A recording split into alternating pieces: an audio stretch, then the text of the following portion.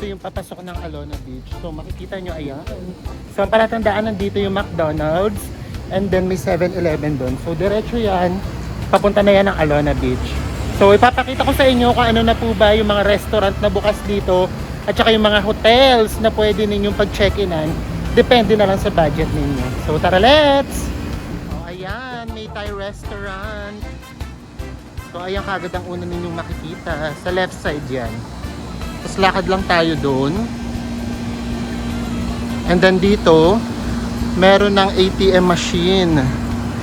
So ayan, may ATM machine dyan. So dito sa side na to, ayan, meron ditong rooms for rent. So hindi ko alam kung nagbubukas pa to sa gabi. So tignan natin mamaya kung mati-check natin. Pero actually, ang dami pa rin sarado.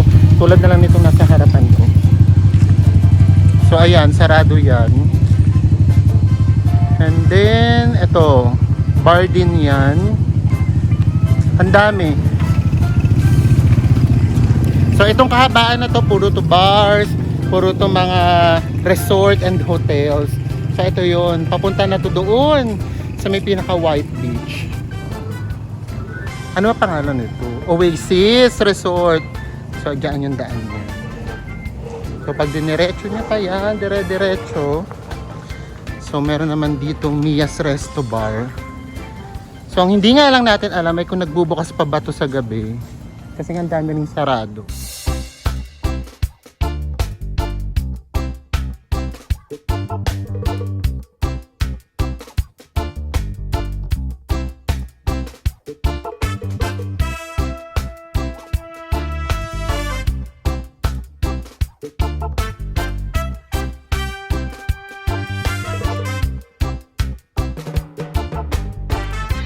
Okay, ito, malapit din to sa may Alona Beach. Ang Alona Q White Beach Resort and Spa. So hindi ko alam kung ano yung basa dyan.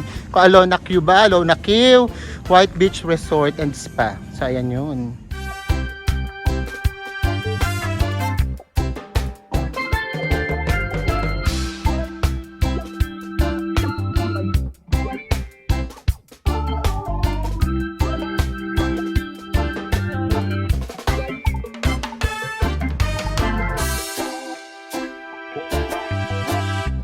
Meron na namang another ATM machine pero offline siya for this time.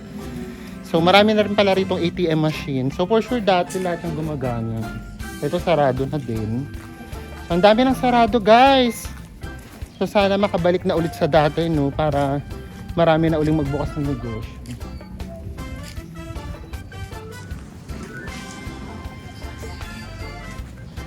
Sa mga gusto mag-ikot-ikot na DIY, ayan, merong mga motorcycle for rent for only 400 pesos.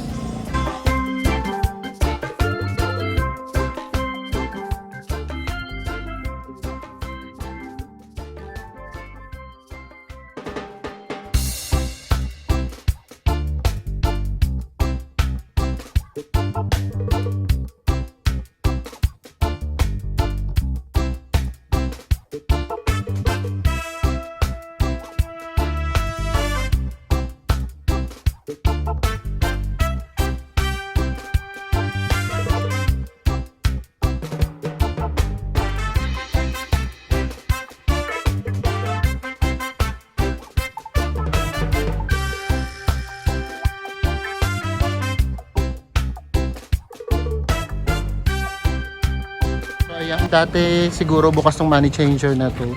So dati kasi marami sigurong turista talaga na foreigner.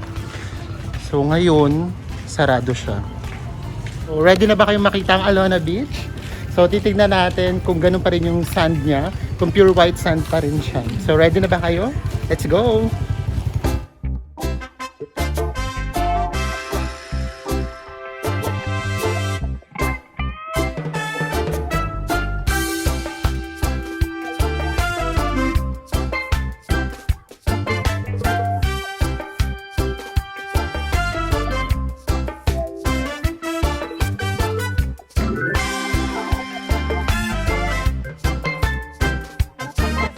White sand din siya. Pero yung sa tubig niya lang medyo merong mga parang lumot-lumot.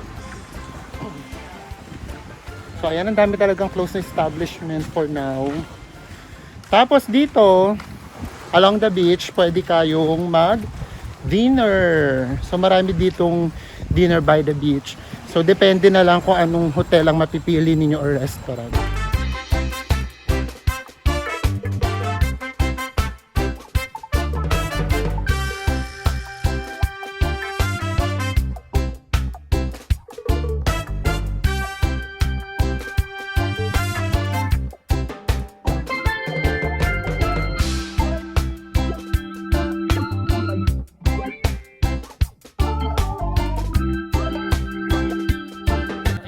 Maganda pa rin naman yung beach mo. So white sand beach. Ang blue at ang green ng water. So malinaw na malinaw pa rin siya.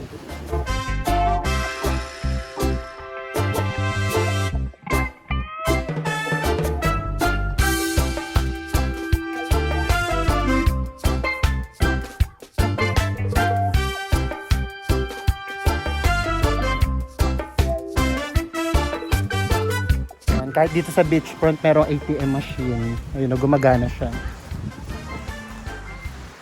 So ito isa rin po sa mga hotel na pinagpilian namin. I mean resort na pinagpilian namin. Ang Pyramid Resort. So ito yung itsura niya. Beachfront din siya.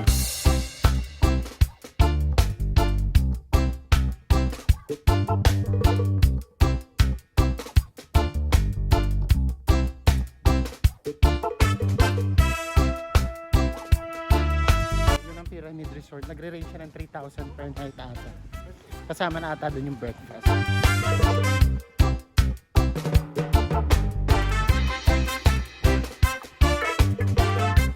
Ayan, so kung gusto nyo mag-unwind, Just Bar and Restaurant is for you. Karamihan dito meron mga refreshment. So after ng long walk, after ng day tour, after ng island hopping, inom-inom lang tayo ng fresh juices dyan.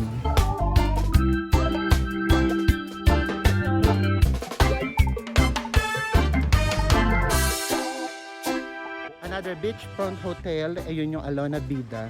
So mura lang din dyan, parang nasa 2,000 per night. Beachfront ka na din. So ito yung pinakaharap niya.